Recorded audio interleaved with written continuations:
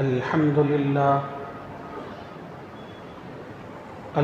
لله وكفى وسلام على عباده الذين اصطفى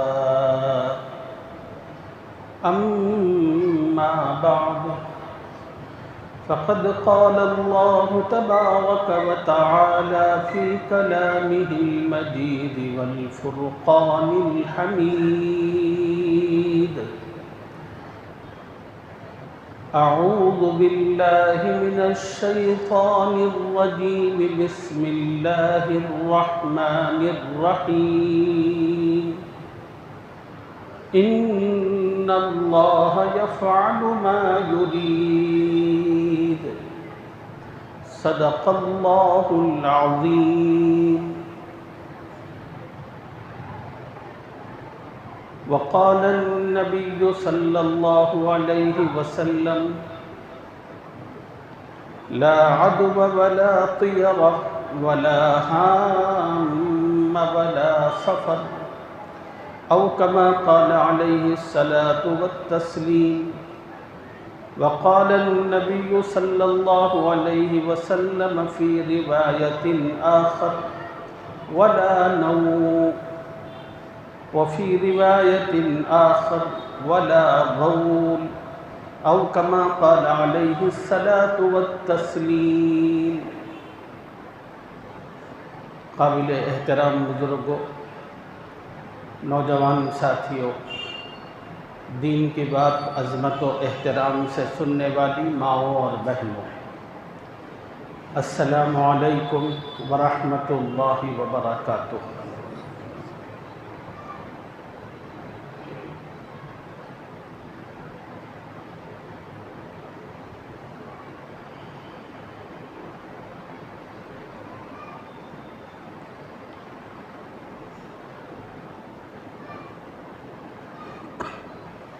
گزشتہ جمعہ میں آپ حضرات کی خدمت میں ماہ سفر سے متعلق لوگوں میں جو بدعقیدگیاں اور بدگمانیاں پائی جاتی ہیں، احادیث مبارکہ کی روشنی میں اس کی کچھ تفصیل عرض کی گئی۔ کچھ باتیں رہ گئی تھیں، ان باتوں کو آج کے جمعہ میں آپ حضرات کی خدمت میں عرض کرنی ہے۔ میں نے خطبے میں آپ حضرات کے سامنے جن احادیث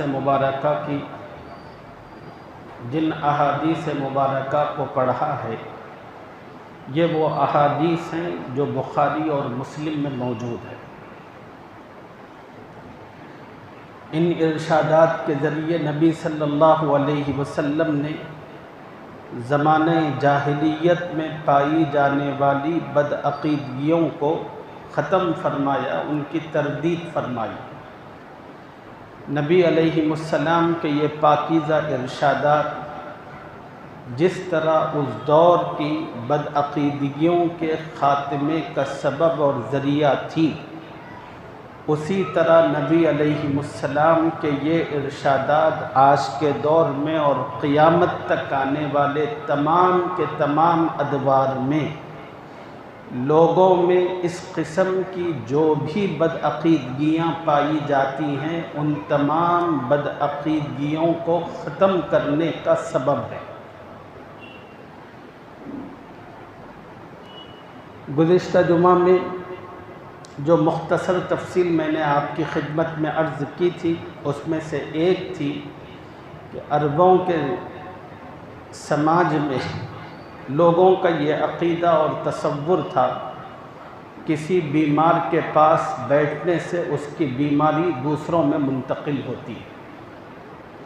حضور صلی اللہ علیہ وسلم نے اس خیال کی اور اس تصور کی تردید فرمائی، کہا کہ لا عدوہ، دین اسلام کے اندر ایک کی بیماری کا دوسرے کو لگنا، اس کا کوئی تصور موجود نہیں ہے۔ کسی بیمار کی بیماری خود سے نکل کر کسی صحت مند آدمی کو متاثر نہیں کرتی۔ بیمار کو بھی جو بیماری آتی ہے وہ اللہ کے حکم سے آتی ہے، دوسرے صحت مند کو بھی جو بیماری آتی ہے وہ اللہ کے حکم اور منشے سے آتی ہے۔ یہ نہیں ہے کہ ایک بیمار آدمی کے قریب بیٹھنے سے، اس کے ساتھ کھانے پینے سے، اس کے قریب رہنے سونے سے اس کی بیماری آپ کو منتقل نہیں ہوتی۔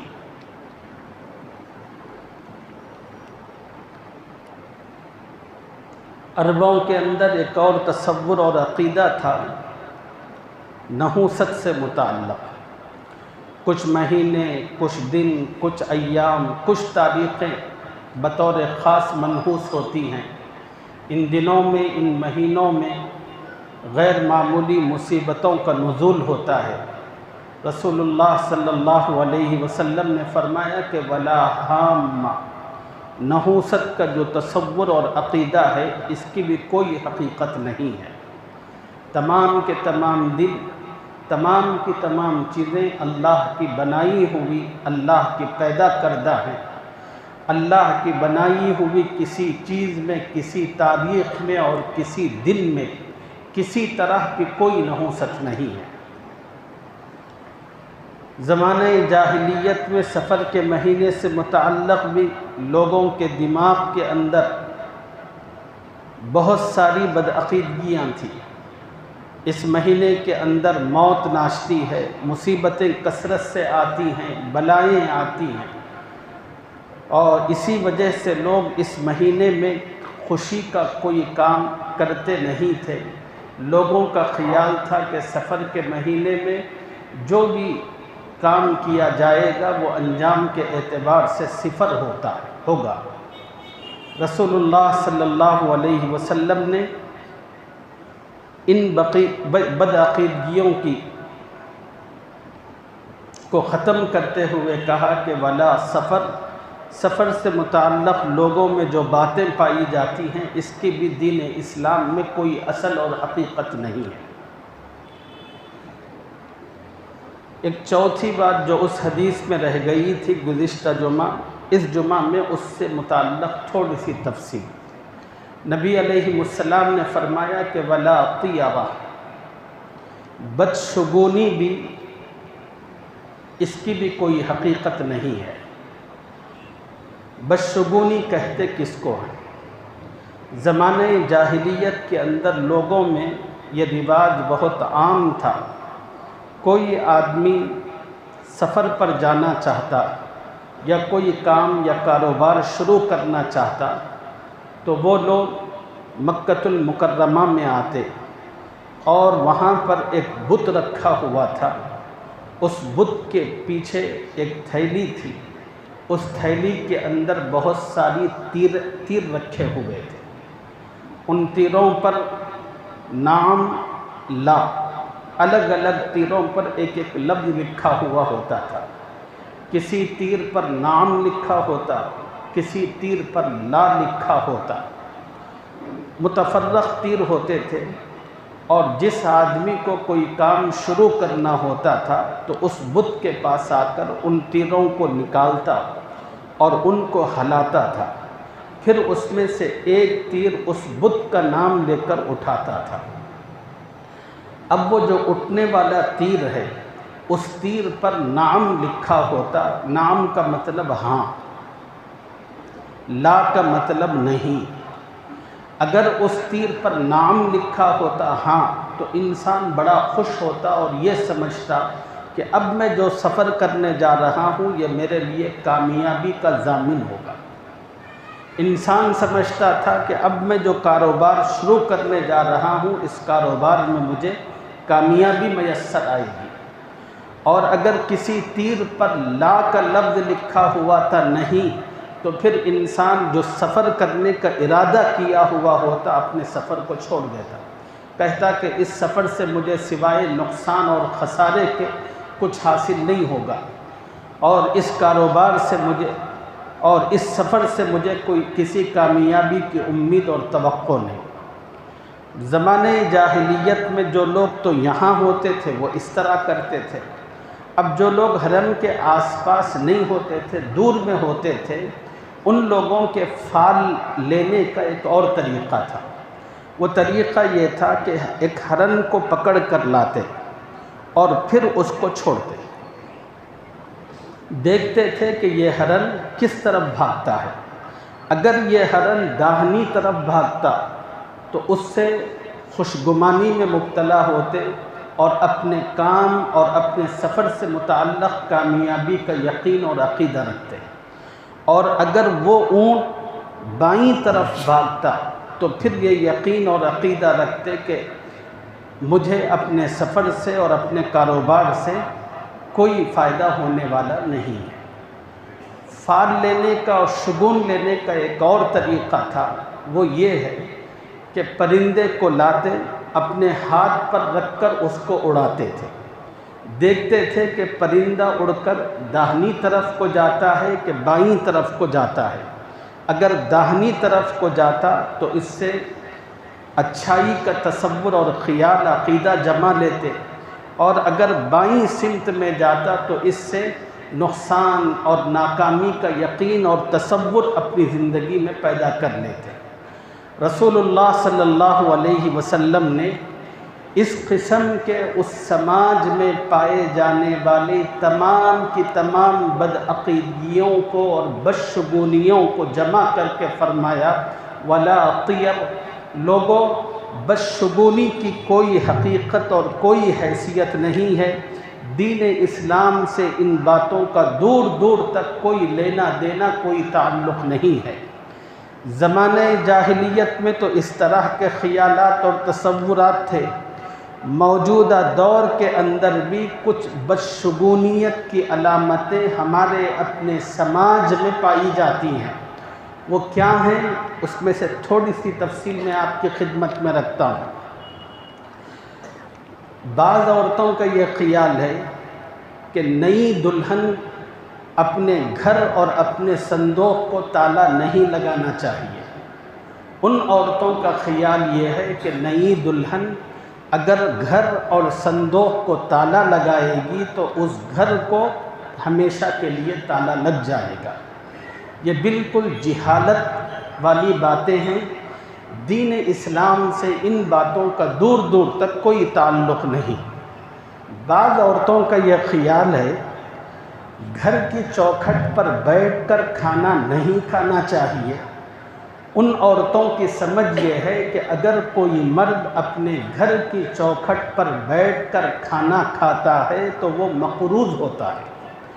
یاد رکھیں کہ گھر کی چوکھٹ پر بیٹھ کر کھانا کھانے سے اور مقروض ہونے سے کوئی تعلق نہیں ہے۔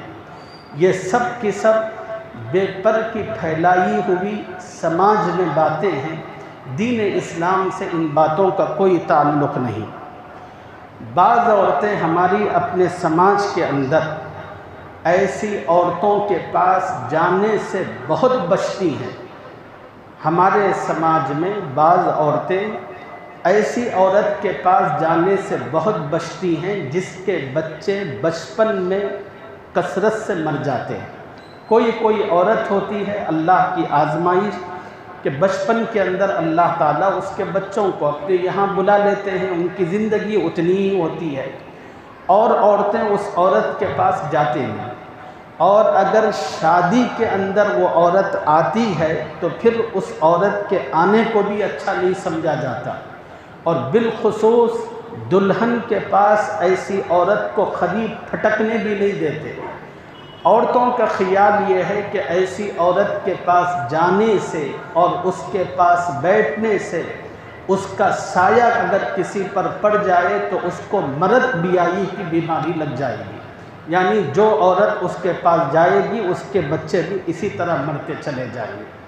یہ جاہلانہ تصور ہے، دین اسلام سے اس تصور کا دور دور تک کوئی عقیدہ نہیں ہے۔ بعض عورتیں یہ سمجھتی ہیں کہ ہر آدمی پر اس کی عمر کا 30واں، 8واں، 13واں، 18واں، 21واں، 38واں، 43واں، 48واں سال بہت بھاری ہوتا ہے۔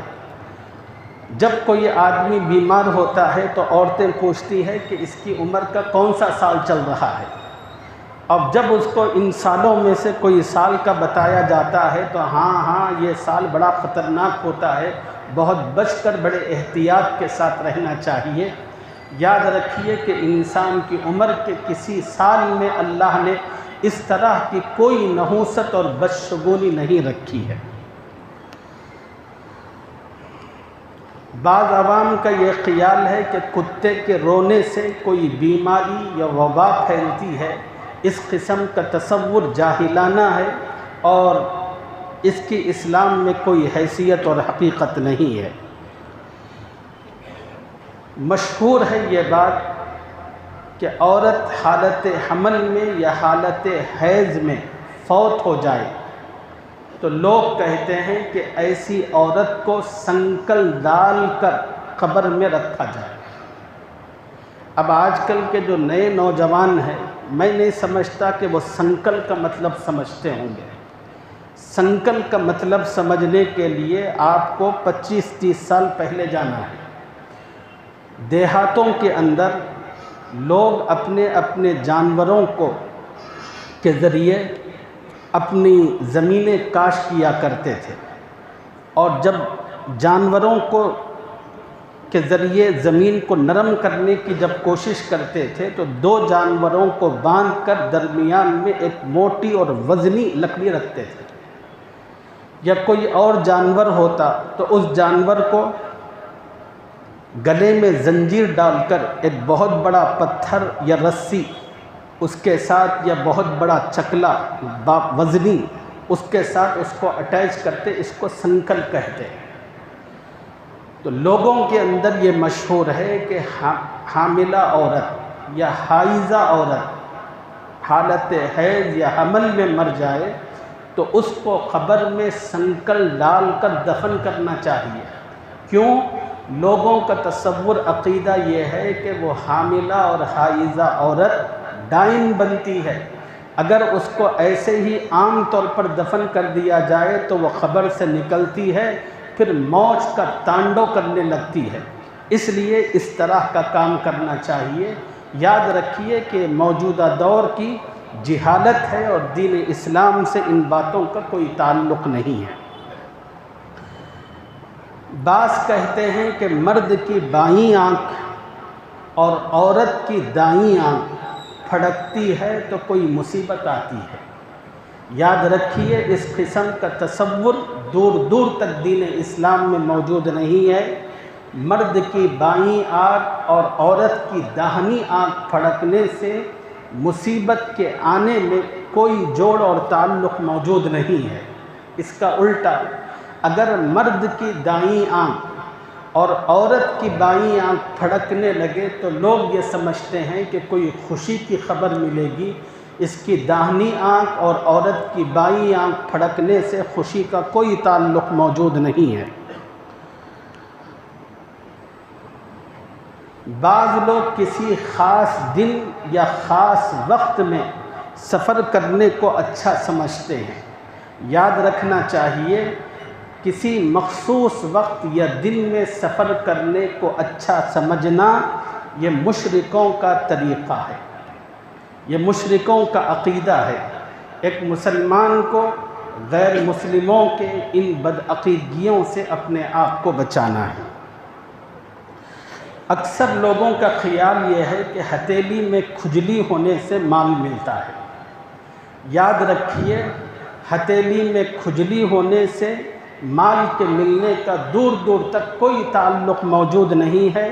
آپ بھلے کھکر کر زخم کر لیں، کوئی پیسہ آپ کو ملنے والا نہیں ہے۔ لوگوں میں مشہور یہ ہے کہ شام کے وقت میں اگر مرغا اذان دے تو اس کو ذبح کرنا چاہیے، اس لیے کہ یہ علامت ہے کہ اب اس پر کوئی مصیبت آنے والی ہے۔ اچھا یہ ہے کہ اس پر مصیبت آنے سے پہلے خود کاٹ کر اس کو ہضم کر دو۔ بعض عورتوں کا یہ خیال ہے کہ کسی مکان کی منڈیر پر کوے بیٹھ کر جب بولتے ہیں تو اس سے یہ تصور لیا جاتا ہے کہ اس گھر مہمان آنے والے ہیں، تو فوراً عورتیں اس کوے کو اڑاتے ہوئے کہتے ہیں کہ نہیں بازو کے گھر کی منڈیر پر بیٹھ کر پکار۔ یاد رکھیے کہ کوے کے بیٹھ کر پکارنے سے مہمان کے آنے کا جو تصور ہے یہ بالکل غلط اور بے حقیقت ہے۔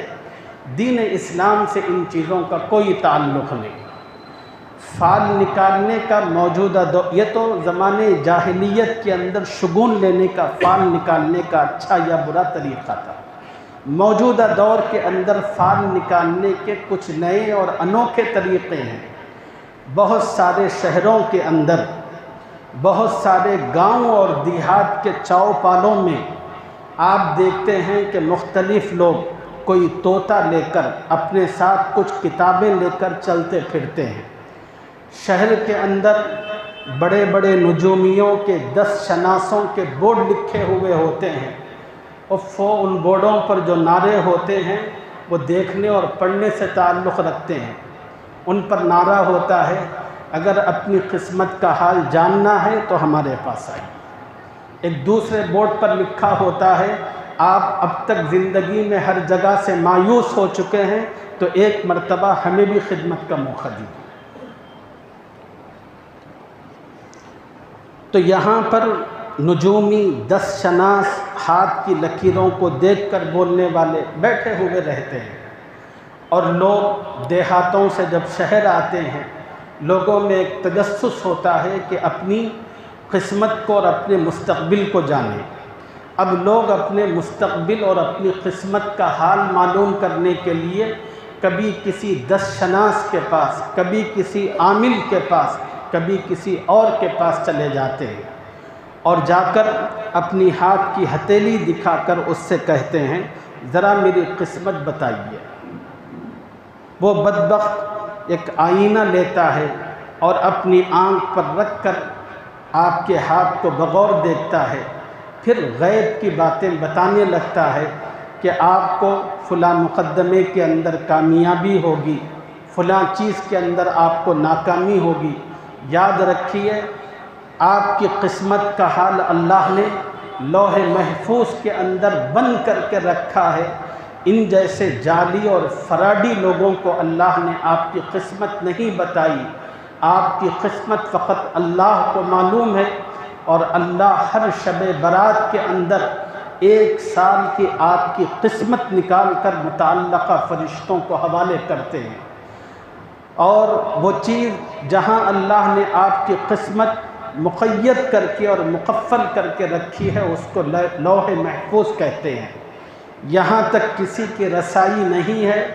زندگی میں جو کچھ ہوتا ہے وہ اللہ کے مرضی اور اللہ کے منشے کے مطابق ہوتا ہے۔